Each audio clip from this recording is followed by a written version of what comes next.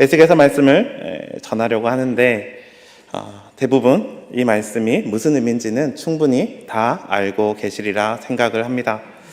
에스겔서의 마지막 부분 40장에서 48장까지에 이르는 내용은 성전에 대한 환상입니다. 하나님께서 새롭게 세우시는 성전에 관한 환상을 시작하면서 에스겔서 40장 1절에는 이렇게 말씀하고 있습니다. 우리가 사로잡힌 지 25째 해 성이 함락된 후 14째 해 첫째 달 10째 날에 곧 그날에 여호와의 권능이 내게 임하여 나를 데리고 이스라엘 땅으로 가시되, 이 날을 소개하면서 에스겔이 사로잡힌 지 25째 해라고 이야기하고 있습니다. 25째 해, 성이 함락된 후 14째 해, 예루살렘이 함락된 후에 14째 해입니다. 우리 대부분 다 아시다시피 바벨론의 포로기가 70년이라고 하면 앞으로 50년이나 남아있는 시기였습니다. 그런데 하나님께서는 에스겔에게 성전의 환상을 보여주시며 예루살렘의 회복을 환상 가운데 선포해 주십니다. 하나님 마음이 얼마나 조급하셨으면, 포로가 된 지 20년도 채 안 됐는데 그 성전에 대한 환상을 보여주면서 이 땅을 회복시키리라 하나님께서 에스겔을 통하여 그 환상을 보여주고 있습니다. 하나님이 얼마나 하나님의 백성들을 끔찍히도 사랑하시는지를 우리에게 보여주고 있는 것입니다. 그 환상 중에 에스겔은 여호와의 권능에 사로잡혀서 매우 높은 산 위로 옮겨지고 거기서 나무로 향하여 형상 같은 것을 보게 됩니다. 곧 예루살렘 성전의 모습이었습니다. 에스겔은 문에 서 있는 놋같이 빛난 사람을 만나고 그의 안내를 받아서 이동하게 됩니다. 그래서 40장에서 46장까지 그 성전의 모양을 측량하고 바라보게 됩니다. 그리고 이제 47장에 들어서서 오늘 우리가 읽은 이 본문의 말씀, 생명의 물에 대한 환상을 보게 됩니다.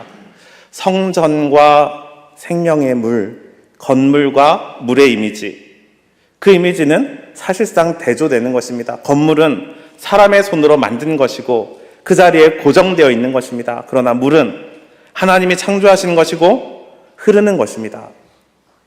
건물을 통해서 물이 흘러나온다.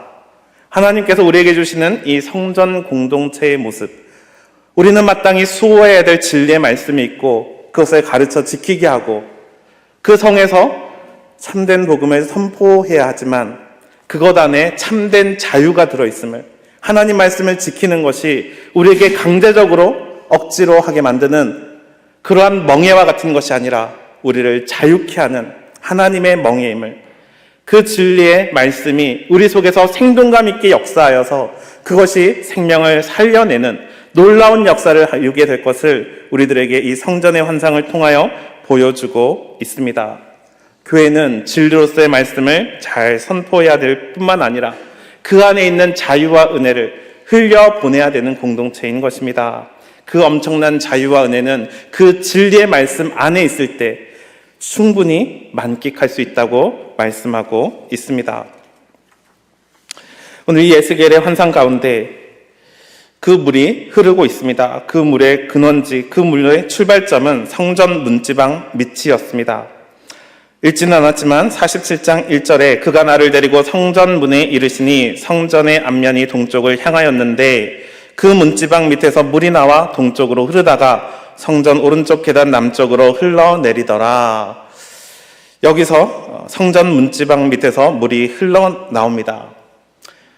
에스겔 선지자는 그 물을 따라가기 시작합니다. 물은 북문으로 나가서 동쪽으로 향하는 바깥문에 이르게 됩니다. 이 에스겔 선지자는 이 동쪽 문으로 나가고 있는 물을 따라가기 위해서 동쪽 문을 열고 나가는 것이 아니라 북쪽 문으로 향하여 나아갔습니다. 왜 그랬을까요? 동쪽 문이 닫혀 있었기 때문입니다. 이 에스겔의 환상 중에 보였던 하나님의 임재, 하나님께서 새로운 성전의 모습을 보여주면서 동문에서 하나님의 임재가 들어옵니다. 그리고 그 문을 닫아버리십니다. 하나님께서 나가시지 않겠다고, 너희들 가운데 임재해 주시겠다고 하나님께서 그 문을 막으신 것입니다. 나는 너희와 함께 거할 것이고 너희는 내 임재 안에 거하게 될 것이다. 하나님께서 직접 선언하시고 그 동쪽 문을 닫아 버리신 것입니다. 그러니 에스겔 선지자는 북쪽으로 나아가서 다시 동쪽 문으로 나오게 됩니다. 그 물도 동쪽으로 계속해서 흘러갑니다.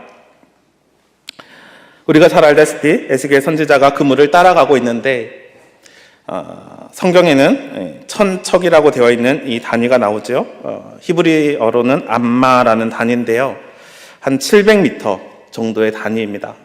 척하고는 약간 다른, 조금 더 길죠. 그 700m 되는 길을 가다 보니까 그 흐르던 물이 발목까지 차올랐습니다. 그리고 700m를 더 가니 무릎까지 차올랐습니다. 그리고 또 700m를 가니 이제 허리까지 차오른 것입니다. 그리고 또 700m를 가니 계산하셨습니까? 몇 킬로 왔을까요? 네, 2.8km를 왔습니다. 2.8km를 가니 거기에서는 더 이상 나아갈 수 없도록 물이 그 측량할 깊이를 알 수 없을 정도로 사람이 능히 건너지 못할 강이 되어 도도히 흐르고 있었습니다. 성전에서 발원한 그 물이 하천이 되고 처음에는 시냇물과 같이 실개천과 같이 그렇게 흘러가던 그 물이 하천이 되고 사람이 건너지 못할 큰 강이 되어서 그렇게 흘러가고 있었던 것입니다. 에스겔 선지자는 그 누구도 측량하지 못할 물의 깊이, 그 거대한 물줄기가 도도히 흘러가는 모습을 바라보았습니다. 그런데 그게 다가 아니었습니다. 선지자는 이제 강에서 나와서 강가를 거닙니다. 에스겔은 놀라운 광경을 목도합니다. 단지 작은 개천, 그것이 아니라 강가의 이편과 저편에 나무들로 무성해 있는 모습을 보게 됩니다. 오늘 본문 7절에 내가 돌아가니 강 좌우편에 나무가 심이 많더라. 강 좌우편으로 나무가 자라고 있는 모습을 보게 된 것입니다. 물이 지나가는 곳마다 놀라운 일이 일어나는 광경을 그가 목격하게 된 것입니다. 이 고대 근동에서는 잘 아시다시피 이렇게 푸른 초목이 우거져 있는 장면을 보는 것은 쉬운 일이 아니었습니다. 강 좌우에 수많은 나무들이 줄지어 자라고 있는 그 모습, 그것은 이 강이 만들어낸 효과였습니다. 이 물이 지나가는 곳마다 놀라운 변화가 일어났던 것입니다. 안내자는 에스겔에게 이 성전에서 흘러나온 그 강이 어떠한 변화를 일으킬 건지 자세히 설명해 주고 있습니다. 그런데 그 끝에 말씀에 보면 12절 말씀에 강 좌우가에 있는 각종 먹을 과실나무가 자라서 그 잎이 시들지 아니하며 열매가 끊이지 아니하고, 강 좌우편에 있는 과실나무, 잎이 시들지 않고 매달 열매가 새롭게 나는, 그렇게 끊이지 않는 열매를 제공해주는 과실수에 대한 모습을 이야기해주고 있습니다. 이 장면에서 여러분 생각나는 성경 구절이 있습니까? 잎사귀, 마르지 않는 잎사귀, 그죠? 시편 1편의 말씀 여러분 혹시 생각나지 않습니까? 복 있는 사람은 해서 오직 여호와의 율법을 즐거워하여 그 위의 율법을 주야로 묵상하는도다. 그는 시냇가에 심은 나무가 철을 따라 열매를 맺으며 그 잎사귀가 마르지 아니함 같으니 그가 하는 모든 일이 다 형통하리로다. 물이 흘러가는 곳마다 생명이 자라고 있었고 거기서 열매 맺는 나무가 생겨나며 그 생명의 물, 그것이 곧 하나님의 말씀임을 우리는 이 본문을 통해서 이해해 볼 수가 있습니다.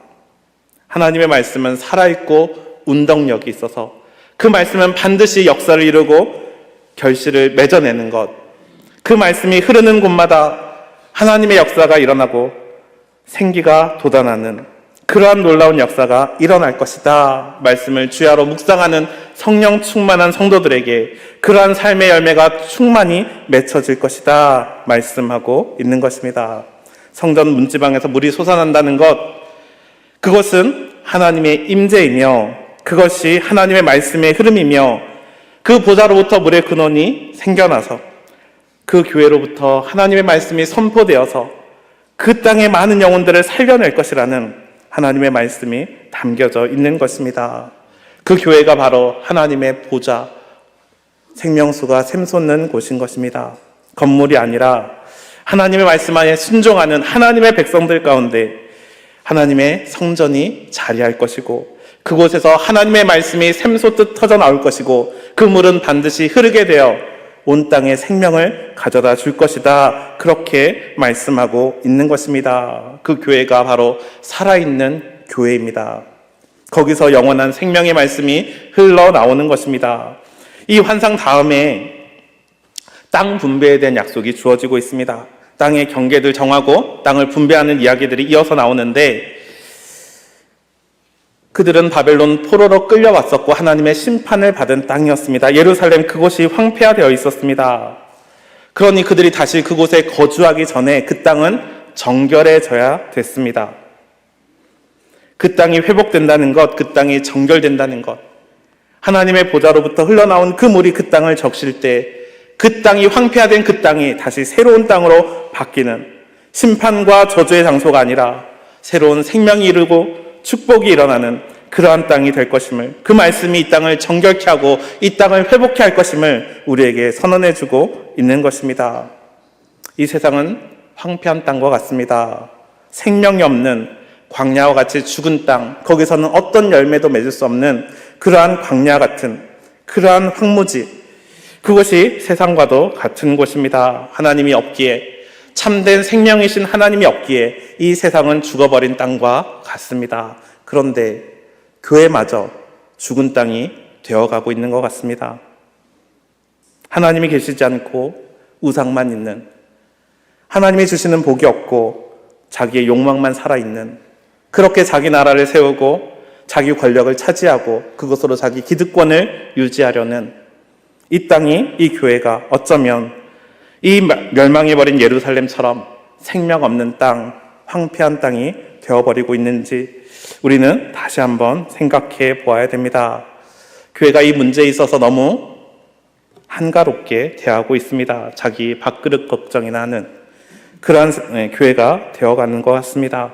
이 세상에 그 어떤 대안도 내놓지 못하고 그 어떤 생명도 전하지 못하는 죽어버린 교회와 같은 우리의 현실을 지나고 있습니다.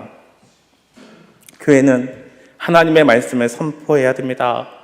그 말씀이 살아있기에, 그 말씀이 생명력이 있기에, 그 말씀이 우리를 살릴 것이고 이 황폐한 땅도 정결하게 바꿀 것이기에 우리는 그곳에서, 이곳 강단에서 끊임없이 그 생명수를 배출해 내야 하는 것입니다.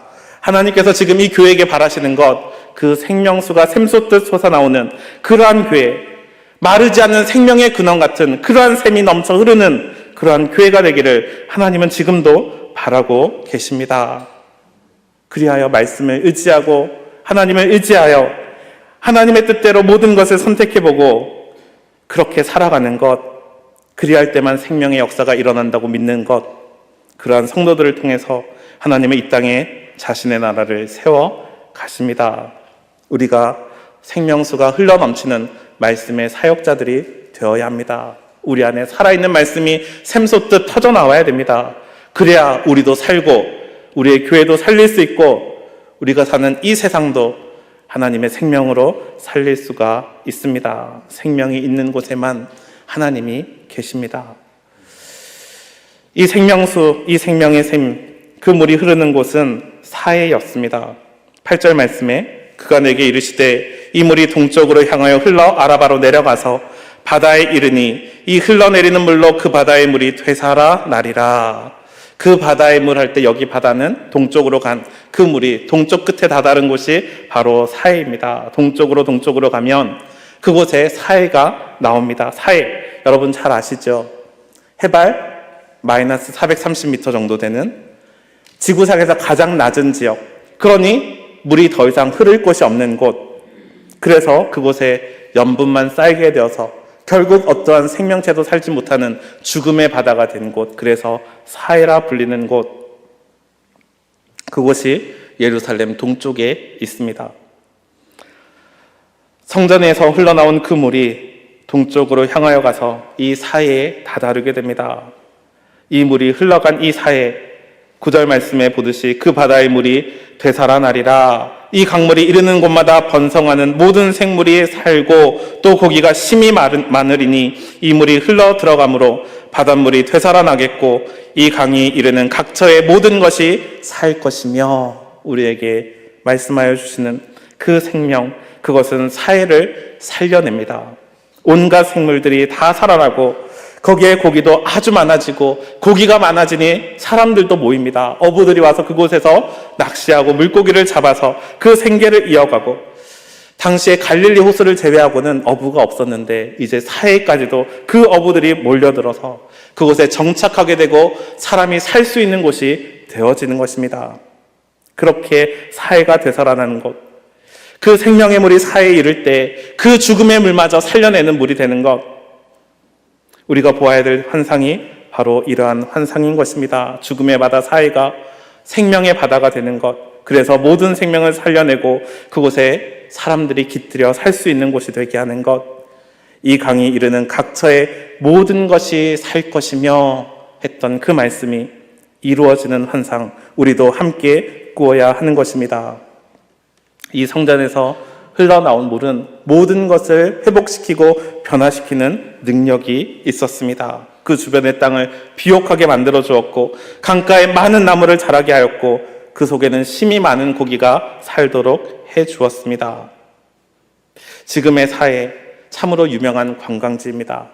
사람들이 가서 보며 그 물에 수영 못하는 사람도 뜰 수 있어서 많은 사람들이 가보는 관광지. 그렇게 아름답게 보여도 절대로 생명이 생명답게 살 수 없는 곳이 사해입니다. 생명이 있는 자도 거기 들어가면 죽을 수밖에 없는 곳이 사해입니다. 그것이 우리가 사는 이 세상입니다. 그곳에 사는 생명, 결코 제대로 살아갈 수가 없습니다. 우리가 살아가는 이 세상의 현실, 숨가쁘게 살아도 그 삶을 벗어나지 못하고 숨막혀 죽을 것만 같은 그 현실, 그것이 사회와 같은 우리 현실입니다. 이 사회에서 살아남기 힘쓰는 것은 아무 소용없는 일입니다. 단지 생명을 잠시 연장시킬 수는 있겠지만 결국 죽게 되는 곳이 사회입니다. 우리를 이 사회에 살면서 사람들을, 성도들을 이 사회에서 조금 더 잘 살도록 만들어주는 것, 우리가 사역하는 목적이 아닌 것입니다. 우리는 이 사회를 살리는 성도이고 이 사회를 살리는 교회로 존재해야 하는 것입니다. 그 죽은 물이었던 사회를 살려내야 하는 것입니다. 그냥 사회에 적응해봐라, 사회에 좀 더 잘 어울리는 성도가 되라, 그렇게 격려해 주는 것이 아니라 전혀 다른 삶으로 사회를 살려내는 성도로 그들을 살려내야 하는 것입니다. 성전에서 나온 물, 이미 죽은 것까지도 살려내는 놀라운 생명력을 지닌 그러한 물이었습니다. 성전 문지방에서 솟구쳐 흐르는 그 물, 사해에 이르니 죽었던 사해물이 되살아나고 그곳에 생명이 다시 살아나는 놀라운 역사가, 이 물이 이르는 곳마다 어디든 예외 없이 죽은 것들이 살아나는 부활의 역사가 일어나고 있는 것입니다. 오늘 본 이 환상, 이 물의 환상은 에스겔 37장의 환상과도 맞닿아 있습니다. 광경은 완전히 다른 모습이지만 의미는 유사한 것이 많이 있습니다. 에스겔서 37장 마른 뼈 환상이죠.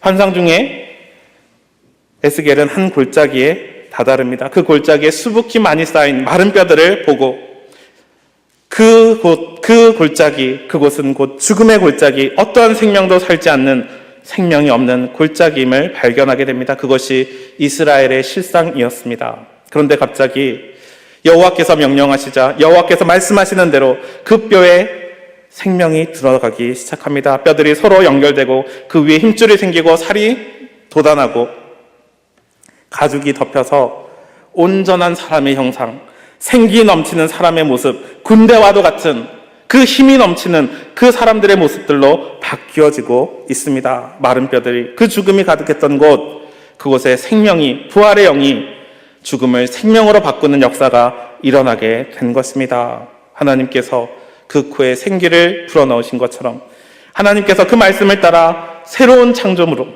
이 땅에 새로운 인류를 만들어 가셨던 것입니다. 죽음을 생명으로 바꾸는 능력, 그것이 부활의 능력입니다. 새 창조의 능력입니다. 우리가 믿는 부활의 신앙이란 것은 우리가 죽어서 천국 간다, 단지 그 정도의 신앙이 아닙니다. 너도 죽으면 천국 갈 수 있다, 그 얘기가 아닙니다. 그 부활의 생명이 우리를 통하여 역사해야 된다는 것입니다.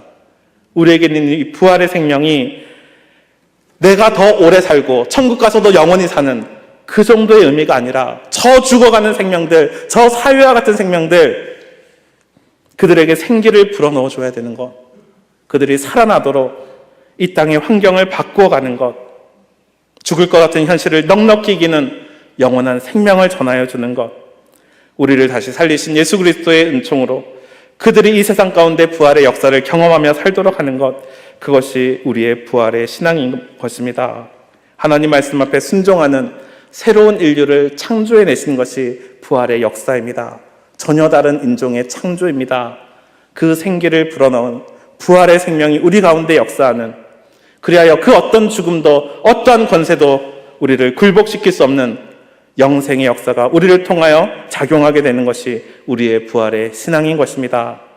에스겔 선지자가 이 환상을 볼 때 에스겔은 바벨론의 포로로 끌려가 있었습니다. 척박한 현실, 그야말로 생명이 없는 황무지와 같은 시기였습니다. 그러나 하나님께서 이 성전 환상을 보여주시면서 하나님께서 그들에게로 돌아와서 그들 삶 가운데 거하여 주시겠다고, 그들에게 하나님의 부활의 능력을 주셔서 다시 살려내겠다고, 그들에게 영원히 그치지 않는 생명수를 흘러 보낼 것이라고 약속해주고 있습니다. 우리가 이미 보았듯이 이 성전에 나오는 물, 아주 작은 물이었습니다. 실개천보다도 더 가늘게 흘렀던, 성경의 본문을 보면 스며 나왔다라고 기록되어 있을 만큼 아주 소량의 물이 그렇게 나오기 시작했는데, 그 물이 점점 많아지더니 누구도 능히 건널 수 없는 거대한 강이 되어집니다. 이 역사, 이 생명수의 역사를 통하여 도도히 흐르는 하나님의 나라의 역사가, 그 땅이 그 감당치 못하는 그 많은 물이 흘러 넘치는 그 역사가 될 것임을, 하나님의 경륜 가운데 그 일이 있을 것임을 우리에게 보여주고 있습니다. 그것은 이스라엘 백성들이 단지 이제 우리가 성전을 재건했다고, 다시 우리 안에 성전이 새롭게 생겼다고 이루어질 일도 아니고, 이제 우리나라가 로마로부터 독립하여서 이 땅에 우리를 압제하는 민족들이 다 사라졌다고 그들이 그렇게 이룰 수 있는 나라가 아니었습니다. 그것은 오직 예수 그리스도로만, 예수 그리스도께서 친히 성전이 되어지실 때만 이루어질 수 있는 역사였다고 성경은 말하고 있습니다. 그것이 요한복음 7장에서 확인해 볼 수가 있습니다. 요한복음 7장의 배경은 초막절입니다. 유대인들은 이 초막절이 되면 몇 가지 의식들을 행하는데, 그 가운데 하나가 실로암 물에 있는 그 못에 가서 물을 떠서 성전으로 가져와 붓는 의식입니다. 그것은 하나님께서 우리가 광야를 지날 때 그때 반석에서 물을 내어서 우리에게 생명을 주셨다라는 그 일을 기억하기 위함이기도 했지만, 오늘 본 이 에스겔서 47장의 역사가, 이 성전에서 흐르는 물의 역사가 일어나기를 고대하면서 행했던, 메시아 시대를 대망했던 의식 가운데 하나였습니다. 그때 예수님께서 이렇게 말씀하셨습니다. 요한복음 7장 38절에서 39절에 나를 믿는 자는 성경의 이름과 같이 그 배에서 생수의 강이 흘러나오리라 하시니, 이는 그를 믿는 자들이 받을 성령을 가리켜 말씀하신 것이라. 생수의 강이 흐르게 될 것이다. 에스겔 선지자가 말씀한 대로, 그 성경에 기록된 대로 생수의 강이 흘러나오리라 하셨던 그 강, 예수 그리스도가 바로 생명수의 근원이 되어주시고 거기서부터 성령께서 흘러나오신다고. 그 성령이 바로 죽은 것을 살리는 영이시고 부활의 영이시고 진리의 영이시고 말씀의 영이시고 우리에게 진정한 생명을 가져다주는 영이시라고 말씀하고 있습니다. 그러니 우리의 사역은 그 성령의 능력으로 일해야 합니다. 예수님께서 제자들에게 자신의 부활의 몸을 보이시고 바로 나가서 제자가 되라고, 부활을 증거하라고 그렇게 말씀하시지 않으셨습니다. 예루살렘에 머물러 있어라. 성령께서 오시기까지 그들은 기다려야 됐습니다. 그 영이 임재하기까지, 당장 예수님의 부활의 몸을 보았다고 부활의 증인으로 즉시 살았던 것이 아니라 성령이 임하시기까지 기다린 후에, 그 성령이 임하신 후에 그들은 그 어떤 위협에도 굴복하지 않는 신실한 부활의 증인이 되어졌던 것을 사도행전 역사에서 발견할 수가 있습니다. 그 영이 그 사도들을 부활의 증인으로 만드신 것입니다. 그 어떤 두려움 없이 담대하게 말씀을 전하는 부활의 증인으로 살게 한 것은 부활의 영이 그들과 함께 하셨기 때문이었습니다. 부활의 증인, 자신의 힘으로 자신의 노력으로는 감당할 수가 없는 일입니다. 우리의 사역도 내 힘으로, 내 노력으로, 내 능력으로 하면 결국 실패합니다. 사람들 보기에 성공했다고 해도, 사람들 보기에 많은 사람들이 모이는 교회를 이루었다 해도 그 사역은 실패한 것입니다. 하나님의 영이 계시지 않으면 실패한 것입니다. 그것은 자기를 드러내는 일이고 자기 나라를 세우는 일이고 자기 교회를 세우는 일이기 때문입니다. 하나님의 나라, 하나님의 교회를 세워나가는 것. 부활의 영이 아니면 우리 힘으로는 아무것도 할 수 없는 일인 것입니다. 우리 모두의 일이 그렇습니다. 우리 모든 사역자들은 하나님의 영을 의지해야 됩니다. 하나님의 영이 우리와 함께 하실 것이고 하나님의 영이 우리를 도우실 것이고 그 하나님의 영이 우리를 이끄실 것이고 그래서 우리로 그 생명의 물이 흘러나가게 하실 것입니다. 그것으로 이 땅이 살아나고 이 땅에 생명의 열매가 맺히고 우리가 섬기는 각 지교회마다 넘치는 하나님의 말씀이 흥왕케 되므로 많은 사람들이 살아나고 많은 열매가 맺히게 될 것입니다. 강 좌우가에 있는 그 잎이 시들지 않으며 열매가 끊이지 않는 달마다 새로운 열매가 맺히는 그러한 생명수가 넘치는 교회가 되어질 것입니다. 이 성전 문지방에서 흘러나온 물, 그 물로 온 땅이 치유받고 모든 사람들이 살아나고 더 풍성한 열매를 맺고 건강한 삶을 이루게 되는 것, 그 회복의 영이 우리와 함께해 주실 것입니다. 그때 우리는 온전히 다시 살아나게 될 것입니다. 우리의 땅이 황무지와 광야와 같아도 그것이 비옥한 땅이 될 것이고 죽음의 바다 사회와 같아도 그것이 생명의 물이 되어질 것입니다. 오늘 이 환상의 말씀, 우리가 잘 알다시피 요한계시록의 마지막 우리에게 주신 환상의 모습이었습니다. 계시록 22장 1절에서 2절에 또 그가 수정같이 맑은 생명수의 강을 내게 보이니 하나님과 및 어린 양의 보좌로부터 나와서 길 가운데로 흐르더라. 강 좌우에 생명나무가 있어 12가지 열매를 맺되 달마다 그 열매를 맺고 그 나무 잎사귀는 만국을 치료하기 위하여 있더라. 에스겔의 환상 중에 나오지 않았지만 이 물은 만국을 치료하는 물이었습니다. 이 땅에 죽어가는 모든 생명을 살리는 물이 될 것입니다. 우리의 수고, 우리의 헌신이 그 물과 같이 흘러서 만국을 치유하게 될 것이다. 이 모든 것들이 성도들이 누릴 영원한 생명수의 축복이다 말씀하고 있습니다. 우리의 사역이 너무나 미약해 보입니다. 지교회에서 전도사로 사역하는 거 쉽지 않죠. 파트타임 사역을 해도 힘든데, 그죠? 담임하면 더 힘듭니다. 이 자그마한 교회 하나 담임하는 것도 엄청 힘든 일입니다. 그 조그만한, 그 미력한 힘으로 세우는, 일구어 나가는 이 교회, 마치 실개천처럼 보입니다. 이 물이 뭘 할 수 있을까? 겨우 애들이 발목 정도 높이에 그 물, 잠시 여름에 발만 담그고 지나갈 뿐인 그런 물처럼 느껴지지만 그 물은 흐르고 있습니다. 그 물은 흘러 발목을 적셨던 그 물이 허리에까지 차오르고 누구도 능히 건널 수 없는 거대한 강물이 되어 도도히 흘러가게 될 것입니다. 그것이 하나님 나라의 역사입니다. 우리가 살아가는, 우리가 수고하는 이것이 아무리 미약해도 하나님은 그 물줄기들이 만나서 거대한 강을 이루어낼 것입니다. 여러분들이 사역하시는 모든 지교회에서 그렇게 흘러 내려온 물들이 한 군데서 만나서 거대한 강이 이루어서 하나님의 역사를 이 땅 가운데 흘러내게 될 것입니다. 여러분들은 그 일들을 하고 있는 것입니다. 우리 합신의 일이 그렇게 작은 지교회 하나 섬기는 일이겠지만, 작은 부서 하나 담당하는 일이겠지만, 그것이 흐르고 흘러서 하나님의 위대한 역사를 이루어내는 일, 이 땅의 모든 생명을 살리는 일, 만국을 치유하는 일, 그 이름을 우리가 기억하면서 우리가 성령으로 그 부활의 능력으로 날마다 깨어 사역하며 하나님의 놀라운 생명을 이 땅 가운데 전하며 풍성한 생명의 역사를 일으켜내는 그러한 사역자들로 날마다 성장해 가시기를 예수 그리스도의 이름으로 축원합니다. 아멘. 기도하겠습니다.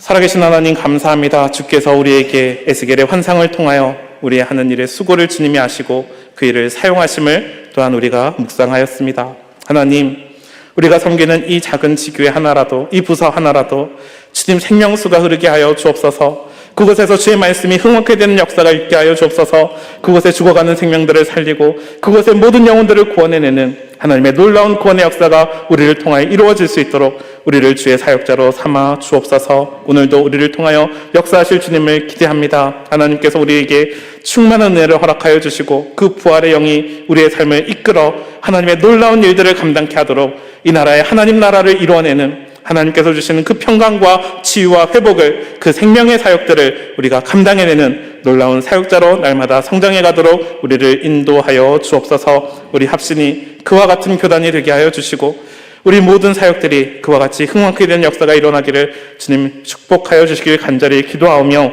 이 모든 말씀 우리 구주 예수 그리스도의 이름으로 기도드리옵나이다. 아멘.